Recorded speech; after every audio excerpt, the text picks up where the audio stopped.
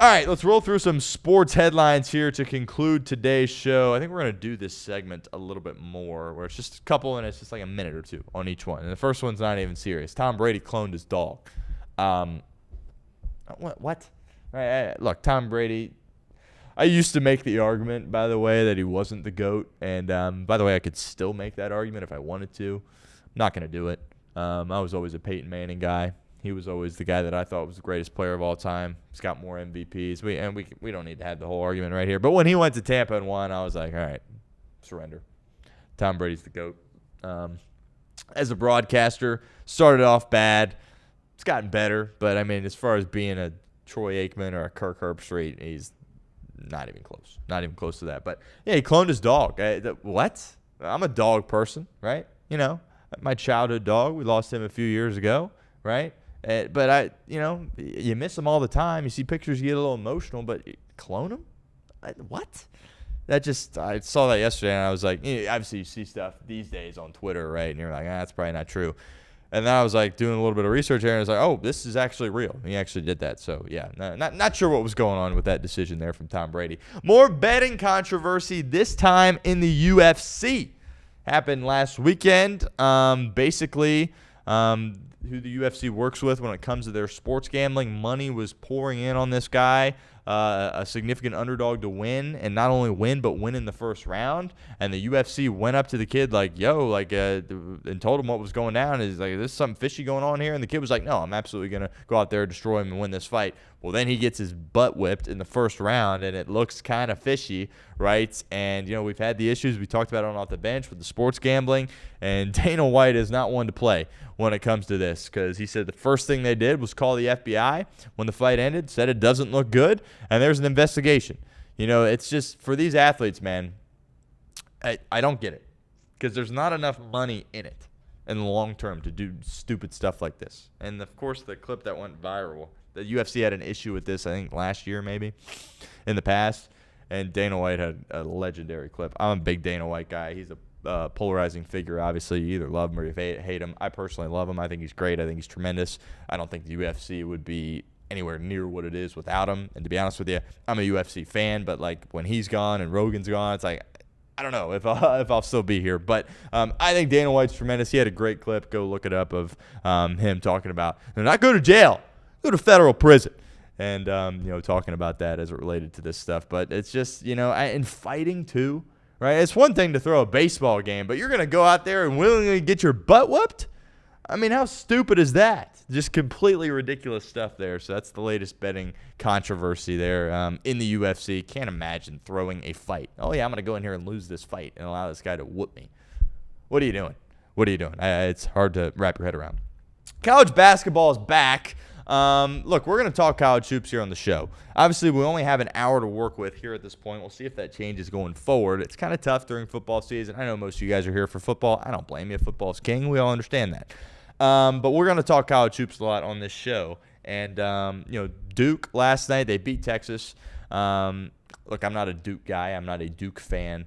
I've always respected Coach K, but while he was the coach, I was more of a Roy Williams guy at Carolina. Respected Coach K, respected what he's done at Duke, but I was always kind of pulling for UNC. Now that's kind of flipped here with Shire, to be honest with you. I think Shire's tremendous. I remember when he was a player. That's kind of some of the earliest days of college basketball that I remember. He was tremendous. Obviously won a title at Duke as a player. He's going to win one as a coach, only a matter of time. Heartbreaking loss, obviously, last year for them in the tournament with Cooper Flagg. They're not as good as they were last year, but you also have to understand here with Duke, it's always going to be a process early in the year because they're going to have so many freshmen playing. Now this year, not as many, as they do have some guys coming back here. Isaiah Evans, of course, and Caleb Foster, sophomore, junior, respectively, were on the team last year, so there's some continuity there. And they have freshmen on top of that coming in, the Boozer twins. Cam seems like, he's the better one. Obviously, he's the starter. Caden coming off the bench there. But they got this freshman from Italy. That's absurd. Dame Sarr is his name. So it's going to take them a little bit to gel and get, to be kind of an elite team, right? I think eventually they will be. I think they'll be a threat in this thing. Again, don't think they're as good as last year. They're 6th right now in the country. I know a lot of people here in Cincinnati were kind of hate watching that game, right? Just kind of rooting against Texas, hoping Texas got their butt whooped. Miller, he's got a ways to go, for Texas, to be completely honest with you. Dalen Swain, my takeaway is Xavier could use Dalen Swain still. He looked pretty good in the ball game there last night. Texas got a while to go. They're not going to be much of a threat this year. Duke it'll take them a while to find their stride a little bit, but I think they're going to be a really good team, and they're going to be a threat to win this thing. But, great freshman on the team. Big fan of Shire as a coach, and it's only a matter of time before he gets one. The Chicago Bulls, 6-1 on the year, leading the Eastern Conference. Who would have thought that would be the case? Obviously, last year they trade Levine, they trade DeMar DeRozan, and then you're like, well, what do you got here if you're the Bulls? And they kind of put some stuff together there at the end of the year, and you're like, okay, right? And then you're in the play-in tournament for like the third year in a row, I think, against the Heat, and you've lost every time. And kind of coming into this year, you're like, probably be back in the play-in, right? This team's awesome. If you haven't watched the Chicago Bulls, you need to watch them because they play a very exciting brand of basketball, and in some ways it kind of reminds me of a college team, and let me explain that. Usually you have a lot of egos in the NBA. It's a lot of ISO. It's a lot of, let's get our best player the ball and just kind of sit there and watch him and let him go to work, and that's very much the case when Levine was here, right? And look, Zach Levine's tremendous. He's a tremendous athlete, but what's he won? He didn't win anything, right? DeMar, when he's doing his one-on-one ISO stuff, shooting that mid-range jumper, getting fouled, great. Yeah, but where's the ball movement? Where's the chemistry? The ball movement and the chemistry here with this Bulls team is incredible. It is awesome to watch. And Modest Buzelis, who's a second-year player, they took him in the first round a couple of years ago. The fact that he was able to fall at that point in the draft, he might be the best player that came out of that draft 2 years ago. And if they can rely on him, what is he, 20 years of age? And all of a sudden, Josh Giddey, you pay him, he looks like an all-star. Right, and he was kind of, written off. He was in OKC, was a part of a lot of winning, and they were like, you know what, we're going to move off you. We're going to bring in defense here, and it worked for OKC. They won the title last year, but now Josh Giddey can be that point guard, right? He can be that facilitator. He can have more of a bigger role here in Chicago, and he is running that offense beautifully. If you saw the game winner, they played Philly last night. Philly, by the way, didn't score for the final 6 minutes and 20 seconds. In the ball game last night, and Philly, to me, we picked them to go to the NBA Finals, and the Bulls defense really clamped up there at the end of the game. They deserve a lot of credit. Philly kind of blew it there at the end, but still, the fact the Bulls were able to come back and win says a lot. I mean, the pass, the hammer from Giddey as he's driving down the lane. They were down one at the time, final possession, and he drives down the lane. He's trying to, take it to the rim or, make the defense think he's taking it to the rim. Embiid comes in and helps, and he swings the pass around Embiid just perfectly to Vucevic in the corner, hits him right in the hands, Swiss cheese from the corner, Bulls win. And Vuce is playing at an incredible level there as well. Who would have thought? I mean, you had two guys, you look at their rosters, you had two guys playing like all-stars here at this point for Josh Giddey and Nikola Vucevic. So I don't think this is fraudulent. I think they're going to be able to hang in there. Are they going to win the East? No. But they look like a team that's going to make the playoffs and not the play-in this year. The Chicago Bulls, keep an eye on them. They've beaten some good teams, by the way. That Philly team's a good team, right? And they clamped up on them there at the end. Trey Jones, he plays great defense. He's incredible. By the way, Kobe White not even playing for this team yet here at this point. He's been banged up with a calf. They'll get him back, who going into the year was like, he's going to be their best player. I was like, well, how do you fit him in here to this rotation? It's going to be, incredible to watch there for the Bulls. Ayo Dosunmu, he's been great in the fourth quarter off the bench, former second-round pick. He's been tremendous. So the Chicago Bulls, how about him? 6-1 leading the East here at this point. What else? One more.